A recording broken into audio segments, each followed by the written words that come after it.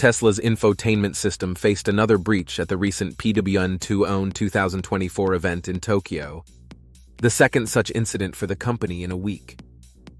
Synacktiv, known for compromising Tesla vehicles, successfully infiltrated the system using a two-bug chain, earning them $100,000 in tandem Master of Pwn points. Tesla, a sponsor of the event, actively encourages such attempts to identify and address security weaknesses.